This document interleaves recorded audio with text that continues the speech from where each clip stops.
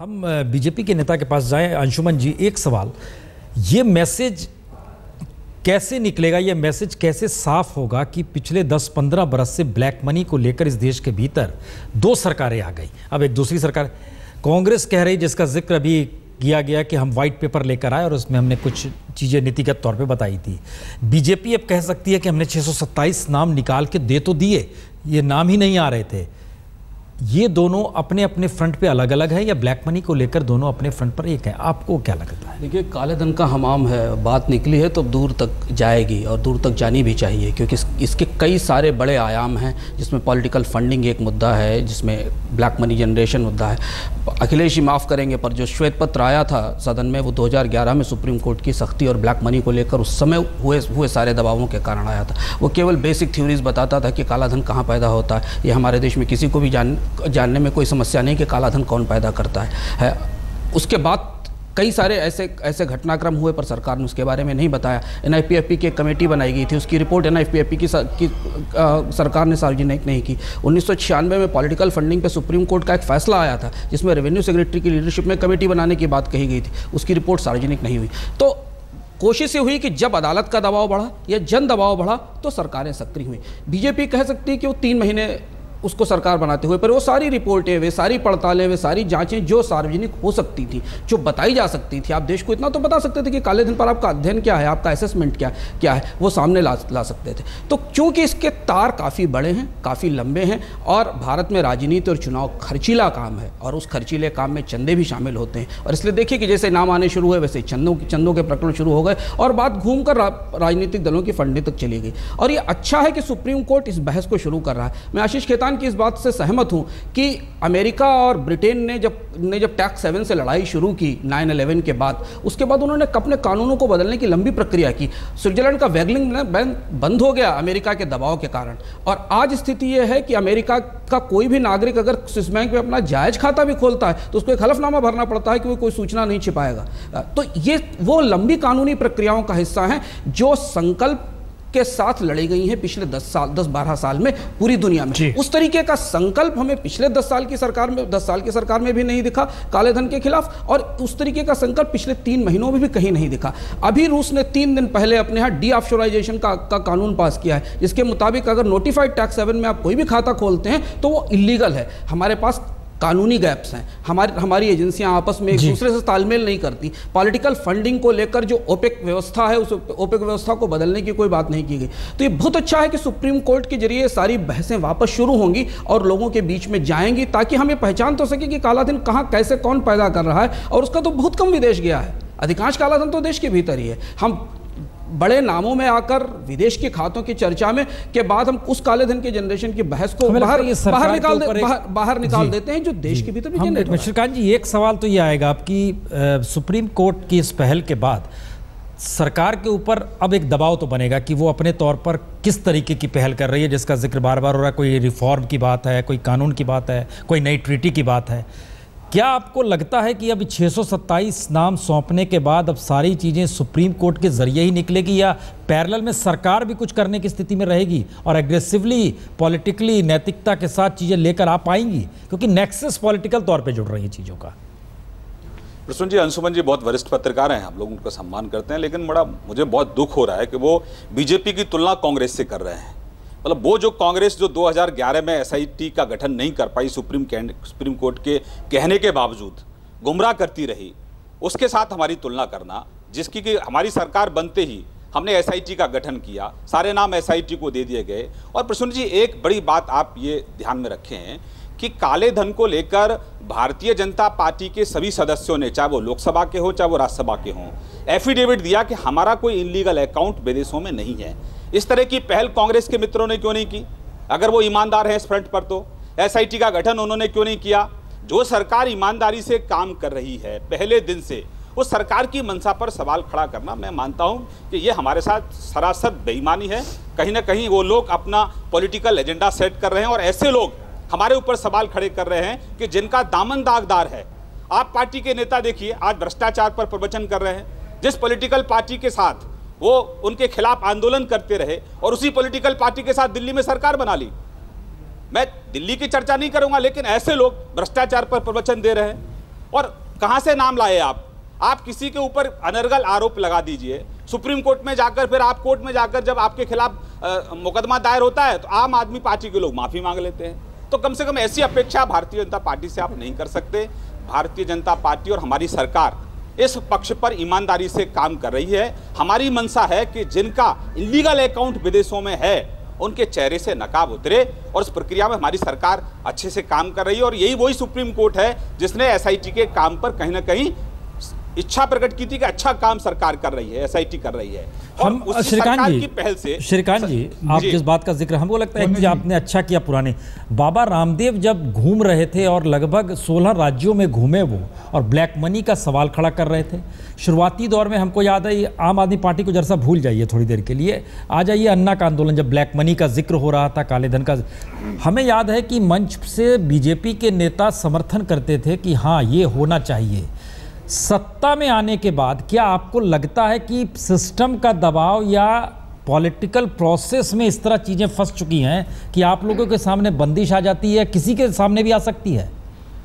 प्रसून जी, देखिए इस चीज़ में आपको गहराई से इस बात को समझना होगा कि एक तो सरकार की मंशा स्पष्ट है, पहले दिन से सरकार के अगर काम का आकलन करें आप तो। दूसरा ये भी स्पष्ट है कि जिन विदेशी बैंकों में काला धन जमा है, जब तक वो आपको सहयोग नहीं करेंगे तब तक उस काले धन को, और काले धन नहीं श्रीकांत जी देखिए एक मिनट, श्रीकांत जी, दरअसल कैबिनेट मिनिस्टर रैंक के 5-5 मंत्रियों के बयान हमारे पास हैं, जब वो मंत्री नहीं बने थे और चुनाव के मैदान में थे तब वो क्या कह रहे थे। तो इसका मतलब ये माना जाए कि राजनीतिक तौर पर जब आप कुछ भी कहते हैं तो उसकी कोई आधार नहीं होता है, कोई जिम्मेदारी नहीं होती है, ये मान लिया जाए क्या? आज वो चुप रह जाते हैं। वापस लाने के लिए लोकसभा इलेक्शन में श्री नरेंद्र मोदी जी और उनके पार्टियों ने जनता को आश्वासन दिया है, हम जल्दी से जल्दी ये काला धन लाएंगे, 100 दिनों के अंदर लाएंगे।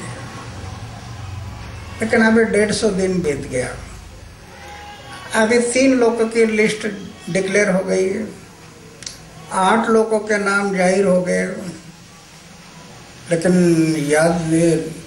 यादी तो बहुत बड़ी लंबी है। ये जनता के सामने कब आएगी? आपने आश्वासन दिया था कि 100 दिन के अंदर ये काला धन वापस लाएंगे और भारत के हर नागरिक के बैंक अकाउंट में 15 लाख रुपए इकट्ठा उनके डिपॉजिट होगा। तो जनता तो बड़े आशा से देख रही है कि वो कब आ रहे पैसे। और 3 नाम और 8 नाम और 10 नाम ये डिक्लेयर करना तो हो सकता है कई साल बीत जाएंगे। फिर 100 दिनों के अंदर सब काला धन वापस आना, ऐसे जो आश्वासन दिया है, ऐसे गति से अभी आगे बढ़ना जरूरी है, ऐसे हमें लगता है। नहीं, वो अभी नेता है कौन है वो, उसके बारे में नहीं। हमारा कहना यह है कि जितना भी काला धन छुपा है वो सब काला धन हमारे देश में आ जाए और काला धन छुपाने वाले लोगों का नाम डिक्लेयर किया जाए। श्रीकांत जी एक कमेंट चाहेंगे, जिस स्थिति में ब्लैक मनी को लेकर पॉलिटिकल वे में कमेंट्स होते रहे, क्या अन्ना हजारे ही प्राइम मिनिस्टर इस देश के बन जाते, वो भी इसी हालत में होते, वो भी कुछ नहीं कर पाते? XYZ कोई बन जाए इसी हालत में रहेगा? क्या यही स्थिति थी और ऐसे में सुप्रीम कोर्ट को किसी के रहने पर कहना पड़ता, यही स्थिति होती? प्रसन्न जी देखिए, आप वर्तमान में जो कानून है, जिन देशों के साथ डबल टैक्सेशन ट्रीटी है, हिंदुस्तान का कानून है, आप किसी भी चीज को इग्नोर नहीं कर सकते। लेकिन हम कह रहे हैं इसकी जानकारी सत्ता में आने से पहले नहीं थी क्या? नहीं, मैं प्रसन्न जी दूसरी बात कह रहा हूं, हर चीज की जानकारी होती है, लेकिन बड़ी बात यह है कि क्या पॉलिटिकल विल है।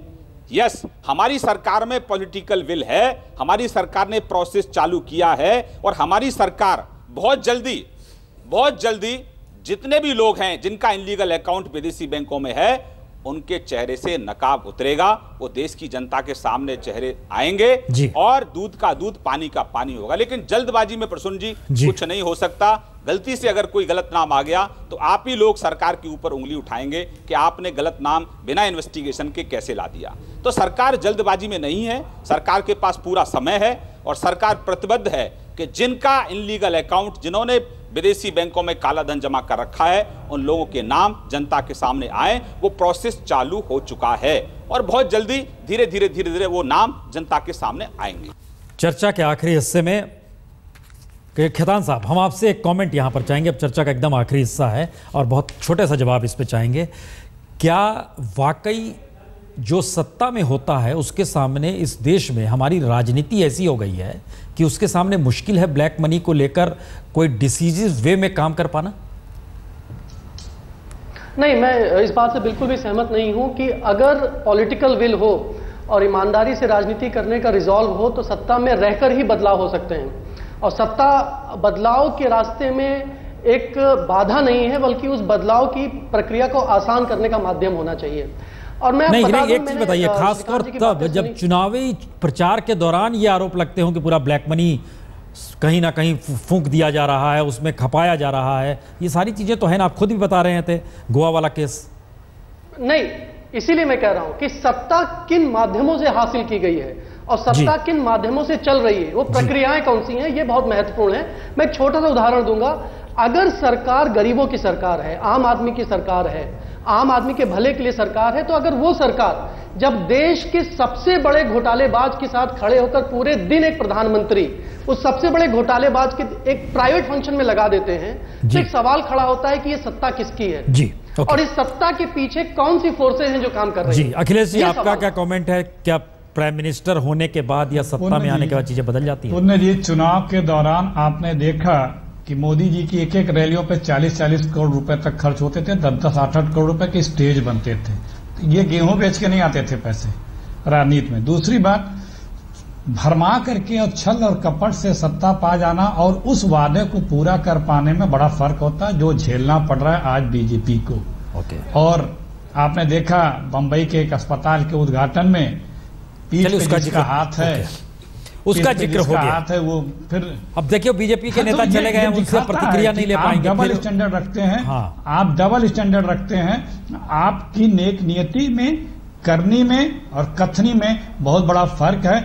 आप सिर्फ कहते हैं, चाहते नहीं है, स्वार्थ के लिए, वोट के लिए ये सब बातें कहते हैं, लेकिन करने में आप असमर्थ हैं और करना भी नहीं चाहते। सुप्रीम कोर्ट ने इन तमाम परिस्थितियों को समझा, इसीलिए कहा कि जांच हम कर लेंगे, आप नाम दे दीजिए। आखिरी कमेंट, आपको क्या लगता है, क्या ये स्थिति अब सही रास्ते पर है? हाँ, मुझे लगता है, क्योंकि यही होना था। काले धन का पूरा चरित्र इतिहास देखें, चुनाव आयोग ने जिस तरह से नकदी बरामद की पूरे चुनाव में, उसका डेटा चुनाव आयोग की साइट पर है। कैश कैसे पकड़े, सही है कैश, हाँ, तो ये रास्ता सही है, क्योंकि इसी रास्ते से ये जांच हो सकती थी। और राजनीतिक दल और सरकारें अपनी सीमाओं में बंधी होती हैं। और हमने देखा कि भारत में भ्रष्टाचार के सारे बड़े मामले सुप्रीम कोर्ट के ये बड़ा महत्वपूर्ण है कि पहली बार इस देश में सुप्रीम कोर्ट ने भी खुले तौर पर एक लिहाज से जनता के सामने तो मैसेज दे ही दिया कि हमें भरोसा नहीं है आप पर, आप नाम दीजिए, जांच हम करेंगे, सारी चीजें हम परखेंगे, समझेंगे। और ये सवाल लगातार बहस में, जब इंटरनेशनल ट्रीटी होती है तो पार्लियामेंट में क्या उसको लेकर बहस होनी चाहिए और उसके बाद वो ट्रीटी होनी चाहिए, या सरकार जो भी रहे वो जैसी भी ट्रीटी कर ले, उस लिहाज से टैक्स हेवंस नए नए क्रिएट होते चले जा रहे हैं।